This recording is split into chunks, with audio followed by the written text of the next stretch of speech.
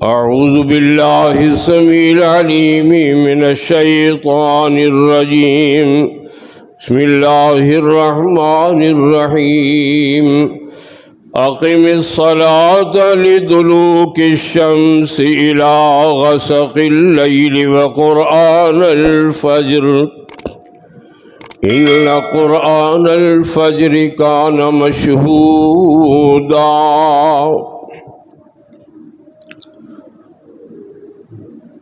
قائم کریں نماز سورج کے زوال کے ختم ہونے کے بعد سے لے کر رات کی تاریکی تک، اور فجر کی نماز بھی.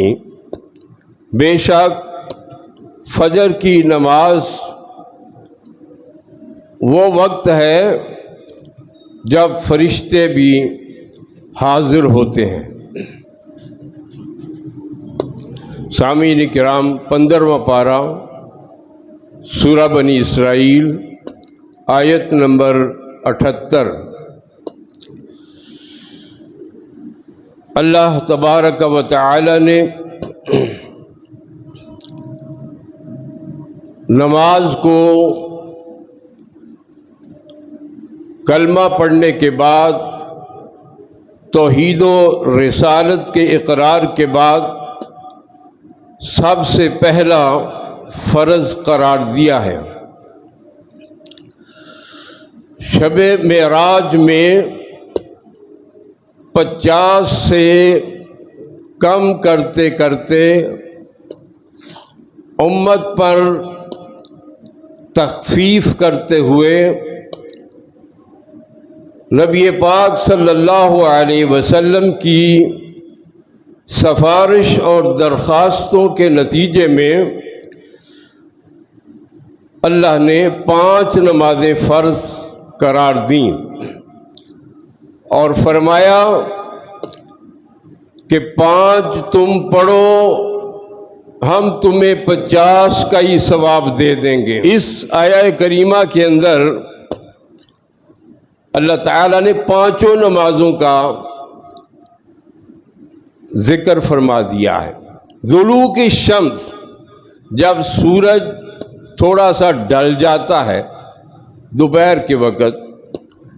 ایک ہوتا ہے زوال کا وقت. زوال کا وقت اس وقت ہوتا ہے جب کہ سورج بالکل عین سر کے اوپر ہوتا ہے اور آدمی دھوپ میں کھڑا ہو تو اس کا سایہ نہیں ہوتا، بالکل سر پہ. اس وقت عبادت کرنی، نماز پڑھنی حرام ہے. یہ اللہ کے رسول نے فرمایا. کن کن اوقات میں عبادت کرنی حرام ہے، نماز پڑھنی حرام ہے؟ یہ 3 اوقات ہیں. ایک تو جب سورج نکل رہا ہو، طلوع ہو رہا ہو. جب سورج طلوع ہو رہا ہو اس وقت عبادت حرام ہے، نماز پڑھنی حرام ہے. اگر کوئی اس وقت نماز پڑھتا ہے تو اس کی نماز نہیں ہوئی، اس کو دوبارہ نماز پڑھنی چاہیے. اور کئی ایسے بد نصیب ہیں جو فجر کی نماز اس وقت پڑھ رہے ہوتے ہیں جب سورج نکل رہا ہوتا ہے.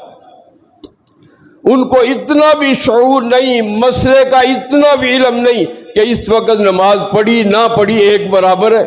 کیا فائدہ؟ اس لیے سورج کے طلوع کے وقت کا ہر مسلمان کو علم ہونا چاہیے کہ کس وقت سورج طلوع ہوتا ہے. اگر اس وقت وہ نماز پڑھے گا تو وہ نماز نہیں ہوگی. اسی طرح زوال کا وقت ہے جب عین آفتاب سورج جو ہے وہ سر کے اوپر ہوتا ہے، زوال کا وقت. یہ اللہ کے رسول نے فرمایا. نہ سورج نکلنے کے وقت، نہ زوال کے وقت، نہ سورج غروب ہونے کے وقت. یہ 3 اوقات ذہن نشین کر لو. کئی عصر کی نماز اس وقت پڑھ رہے ہوتے ہیں جب سورج غروب ہو رہا ہوتا ہے، تو ان کو نماز پڑھنے کا کیا اجر ملے گا؟ فائدہ کیا ہوگا؟ وہ تو نماز ہی نہیں ہوئی. جب نماز ہی نہیں ہوئی تو ثواب کس بات کا؟ یہ بڑا اہم مسئلہ ہے اور اس کو اچھی طرح سے ذہن نشین کر لیجئے۔ طلوع آفتاب کے وقت، زوال کے وقت اور غروب آفتاب کے وقت نماز نہیں ہوتی ہے۔ خود بھی جانیں، اپنے گھروں میں اپنی عورتوں کو بھی یہ بات سمجھائیں، یہ مسئلہ سمجھائیں۔ تو فرمایا دلوک الشمس سے لے کے بعد تم نماز، تو دلوک الشمس سے مراد سورج کا زوال سے باہر نکل آنا، اس وقت سے لے کر نمازوں کے سلسلے کا آغاز ہوتا ہے۔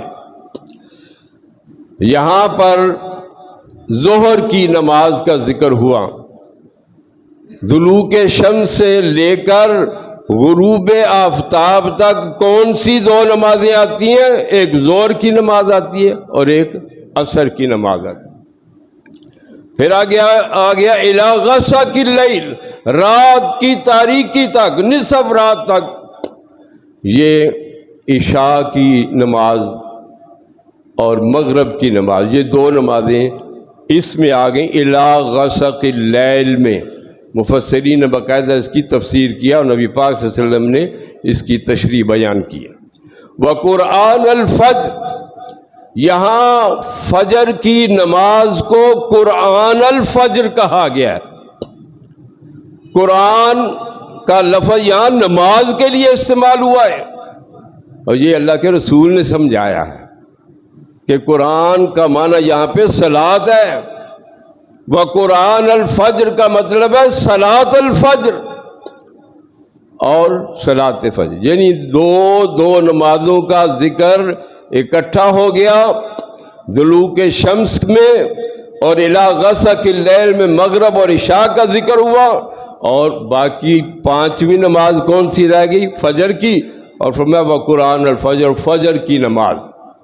یہ پانچوں نمازوں کو قائم کرو، پانچوں نمازوں کو وقت پہ ادا کرو، صحیح قواعد کے مطابق ادا کرو، سنت کے مطابق ادا کرو۔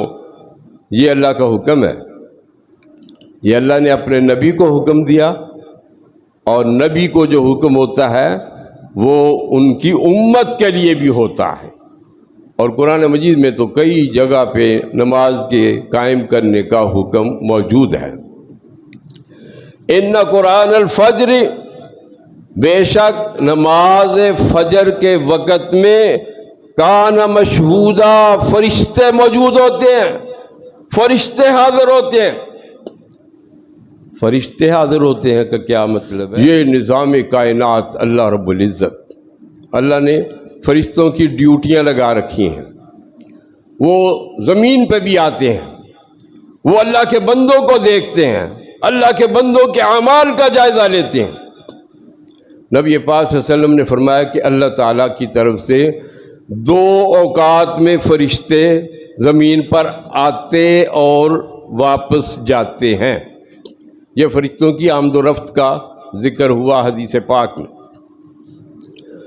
ایک تو عصر کے وقت آتے ہیں، عصر کی نماز کے وقت اللہ کی طرف سے فرشتے آتے ہیں، بندوں کا جائزہ لے رہے ہیں، کون بندے اللہ کی عبادت میں لگے ہوئے ہیں، کون غافل ہیں، سب جائزہ لے رہے ہیں۔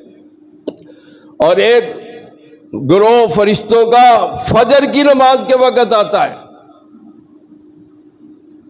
اور پھر یہ واپس جا کر اللہ کو رپورٹ بھی پیش گزارنے والے فرشتے جب واپس جاتے ہیں اللہ کے پاس اور جا کر اللہ کے سامنے حاضر ہوتے ہیں، تو اللہ تبارک و تعالیٰ پوچھتے ہیں کیف ترکتم عبادی، تم نے میرے بندوں کو کس حالت میں دیکھا ہے، ذرا بتاؤ۔ حالانکہ اللہ کو تو پتہ ہی ہے، اللہ تو پہلے ہی جانتا ہے۔ یہ حجت قائم کرنے کا ایک انداز ہے کہ فرشتوں سے بھی پوچھا جا رہا ہے، فرشتوں کی گواہی بھی جو ہے نا وہ قائم کی جا رہی ہے۔ فرشتے حاضر ہوئے اللہ کے حضور دربار میں، کیف ترکتم عبادی، تم نے میرے بندوں کو کیسے پایا ہے، کس حالت میں چھوڑ کے آئے ہو میرے بندوں کو؟ وہ فیقولون ترکناہم